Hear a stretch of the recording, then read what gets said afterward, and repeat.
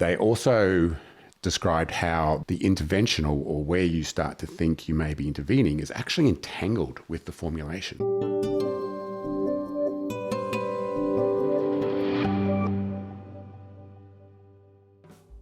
So you don't make the formulation and then go about solving it.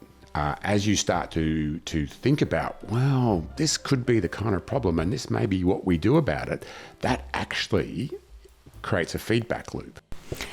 The thing that's coming to mind as you describe that is, and it touches on what they were reacting against, because the desire to be able to just neatly put things in boxes, say everything is moving through a conveyor belt, it's that whole type of thinking that sees things as a manufacturing process, and it sees it as just knowable and predictable, and that, you know, even some of those different ideas that talk about pushing things through different phases till they get to algorithm, and it's that aspect of like, okay, again, only some things can be engaged with in that way. And I do think that when we come into trying to see our businesses as something that can create a win-win and that is able to have more than just a profit maximization focus, but can actually be taking responsibility and being more intentional and conscious of all of the decisions and the flow-on effects of what you're doing, admitting that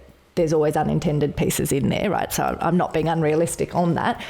But when we do that, again, the piece that's important as you're going through these components that they've drawn out that I would love for you to kind of think about as you're listening to this is that we don't want to fall into the trap of getting excited about using our business to have a positive impact in the world, but then put things like engineering processes and time management and, you know, how do we project manage this to within an inch of its life? Like when we put those overlays onto things that are social systems, human systems, environmental systems, it isn't as simple as we can fall into the trap of kind of placing it. And I think that's an important thing to kind of be remembering as you listen to these kind of ideas. Yeah. I'll just say a few more things before I get to your point about the no right to be wrong. But they talked about that each wicked problem is unique,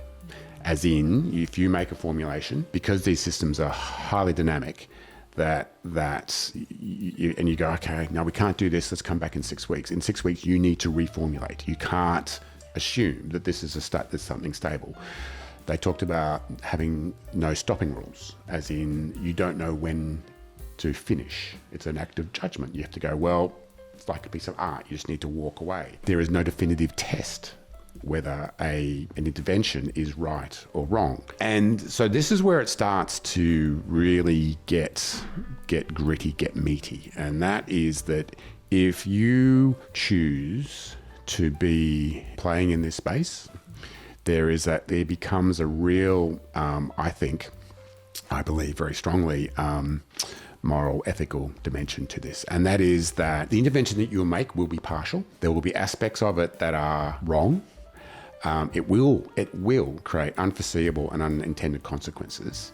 But as you were raising before, Rattel and Weber talked about that the designer or the planner has no right to be wrong. And for me, that's the real kicker, because you need to remember that you are intervening in people's lives. You're intervening in their habits, their routines, the way that they operate, and you're claiming to want to shift that. Now, you want to shift that in the direction of good. That's fantastic. If you want to do that work, you are accountable. You're on the hook for the impacts that is going to have for real people.